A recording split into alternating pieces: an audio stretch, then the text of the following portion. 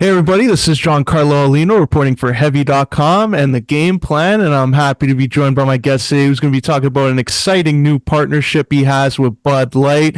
He is the veteran voice of the Octagon. He is the legend himself, BruceBuffer. How you doing, Bruce?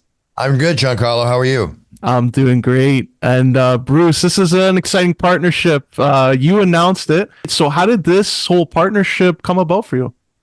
Well, Bud Light's been a huge commanding presence in the UFC for a while now and for many, many years to come. And I've been in the Octagon now. It'll be 30 years come February, and I've made a lot of big announcements, but this is probably one of the biggest announcements yet.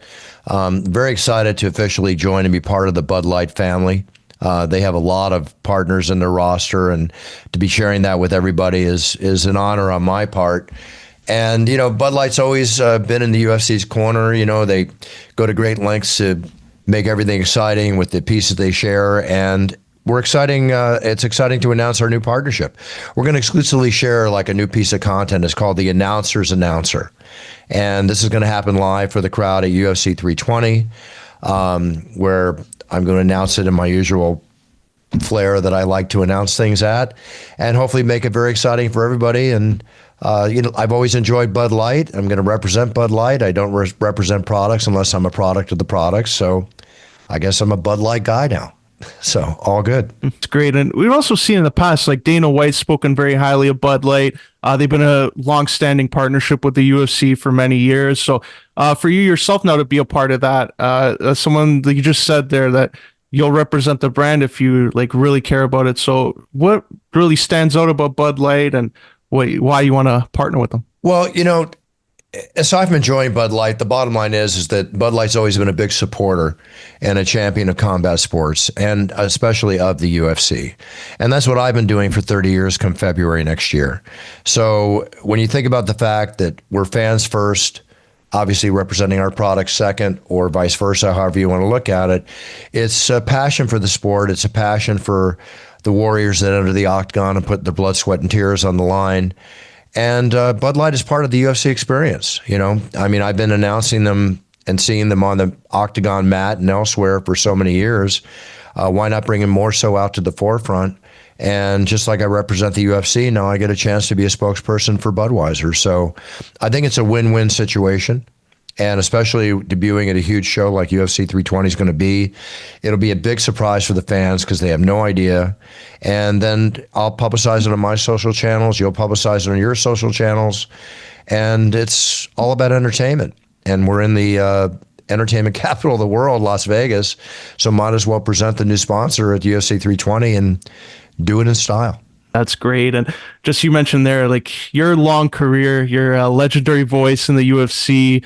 But when you started out, like I'm sure everybody knows like your brother, the reputation that he's had. So was it difficult at all, like finding your own voice as an announcer and like maybe like create your own identity in the media space? No, it wasn't difficult. It was just an evolutionary process because when I started, I never set out to be what I like to say, Frank Sinatra Jr.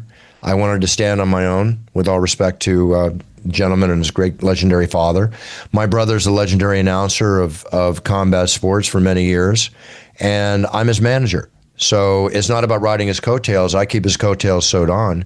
But I told him myself that in the first 3 years, I didn't find my own distinct style, that I wasn't going to continue, because I wanted to make sure that I established myself with my own style, my own identity. And over this evolutionary process, that's what's happened. One person said at one time that Michael's like a fine shot of, like a fine glass of Bordeaux, and I'm like a shot of Bud Light, let's put it, okay? So there's a bit of a difference. And like I've gone back like and seen many of the earlier UFCs that you're a part of, and you can see that progression of where you become more and more comfortable and you see your style come out. So like, did it take long to maybe find that cadence of when you're introducing fighters? It's, there's a thing in our industry called reps, and it's about how many times you do it. And most announcers like to stand still and center and, do their thing, copying my brother's style, whatever. I had a tiger in me that needed to come out. I had to move. I've been a martial artist since I was 12. I know what it's like to fight and bang and, face an opponent and put your own blood, sweat, and tears on the line. And I wanted to introduce these fighters, male and female, together, the great warriors they are walking in. And aside from the moment they're feeling at that point, enhance it and take it to the highest level. Just like I want to take the Bud Light things you're going to see in the future with all the things we're working on to the highest level. If I can take that for the fans and the fighters watching UFC, and I can take that for the fans of Bud Light and Bud Light themselves to the next level, then you know what? I'm doing my job. It's not about me. It's about what I represent. Yeah, of course. There and like Bud Light, like you mentioned there, like taking it to the next level. What are, I guess you don't want to reveal obviously too much, but like what are some of the ideas maybe that you have right now that maybe will separate Bud Light from some of the other brands out there with this partnership? Well, I can't tell you. But what I can tell you is that I will give it my all. I mean, my brand, my It's Time brand, my It's Time trademark phrase, which is known around the world, I'm very careful who I associate that with and very careful how it's used.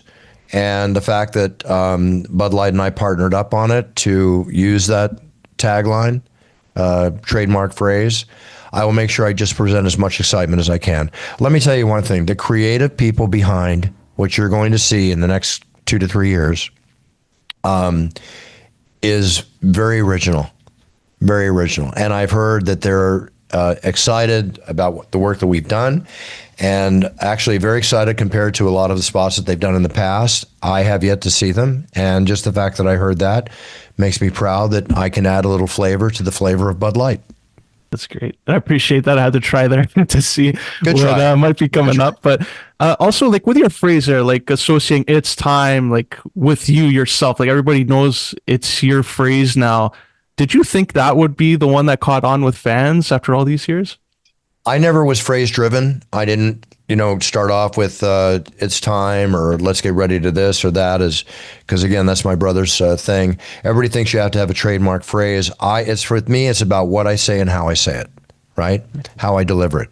But about 8 years into the event, after Dana White took over, I used to say at the top of the show, it's time to begin the Ultimate Fighting Championship. And then I went in for my Godfather meeting with Dana in Vegas, and we went over a bunch of stuff, and he asked me if I would stop doing that and announce fights with the excitement level that I announced the Tito Ortiz, Evan Tanner fight in Atlantic City, which he thought was, in his words, one of the 2 best fight introductions he'd ever seen. And that's the energy that I wanted to create, that I wanted to do. So I just took it and rode with it. And every morning when I wake up, I would have a tendency, shave, look in the mirror and go, it's time. It's time to be the best I can be. It's time to have the greatest day I could have. In the main event, you've got fans sitting there for 5 to 6 hours, fighters that train for 8 to 10 weeks, for this culminating into this one moment, the main event we've all been waiting for. It's time. And I thought, this is really where it deserves to go. So I started saying it. And if you look back to when I started around 2000 or so, 2001, saying it, it was in 2003 at a fight in Rio de Janeiro in Brazil, after we went there, after not being there for a few years. And when I roared it out and the entire arena said it back with me, which was Portuguese-speaking people, I knew right there it was catching on. So I trademarked it before that and, basically built it and developed it into what I am. I used to jump 3-4 feet in the air. Now I jump maybe 6-12 inches, whatever. But watch, I've already blown one ACL for the UFC, not from jumping, but from another story I could tell you. I don't want to take up too much time. I didn't fall. I did that when Jake Shields fought George St. Pierre in front of 55,000 people in Toronto. So I've given 2 ACLs to the UFC, and I don't want to give any more. Probably the only ever hurt himself working, but that's okay. I'll take it. A couple final questions here, Bruce. Like, everybody knows like you have this energy and enthusiasm for your job, and after all these years you've maintained that. It's like I've asked commentators this and coaches of what it's like to be octagon side for a main event. For the announcer who's announcing these 2 names, what's the energy like, if you can describe what that's like for you? It's exciting. It's see, the thing is that I'm very passionate about what I do, and when you see that excitement and energy I bring, I'm not just bringing it, I'm bringing it especially for the fighters and the fans, but it's also for myself. I'm a fan first, and I'm having a great time. And the moment that I can't physically and mentally do it the way I like to do it, then it's going to be time for me to say, bye-bye. I'll retire. I'm going to do it exactly like that and continue to do it for the next 5 to 10 years with all the energy I can bring, because that's what makes my moment. I want to enjoy and whistle while I work. I just don't want to go and grab a paycheck and have a seat, to watch fights. I want to do it the way I want to do it and maintain that passion. And that's what I'm all about. Passion, energy, and serving these great fighters and serving the incredible fans of the UFC, and now serving Bud Light to the fans of the UFC and the fighters after they fight.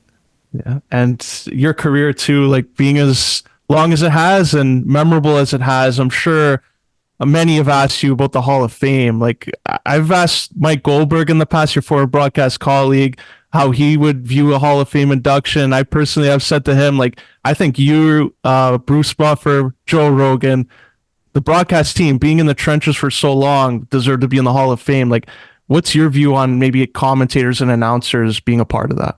Well, I think that it's an honor, and I think if I would see Joe Rogan. I mean, Mike, I haven't worked with Mike for a long time, but he's definitely legendarily a part of the history of the UFC. If I'm ever given that great honor, so be it. I would love that, but I'm not sitting here craving it, thinking about it. It's like when it happens, I'll probably be emotionally gripped, as many people have when it's suddenly been surprised by it. It would be an honor. It'd be incredible. So, but I'm not waking up every day going, am I going to be there? I might not. Who knows? Yeah. I hope to see that one day. And Bruce, I really appreciate you sharing your time with me and talking all about this. And I wish you all the best with this Bud Light partnership. Thank you, Giancarlo. Appreciate it very much. It's going to be a lot of fun. You're going to see a lot of very cool things coming up. Have a laugh on me.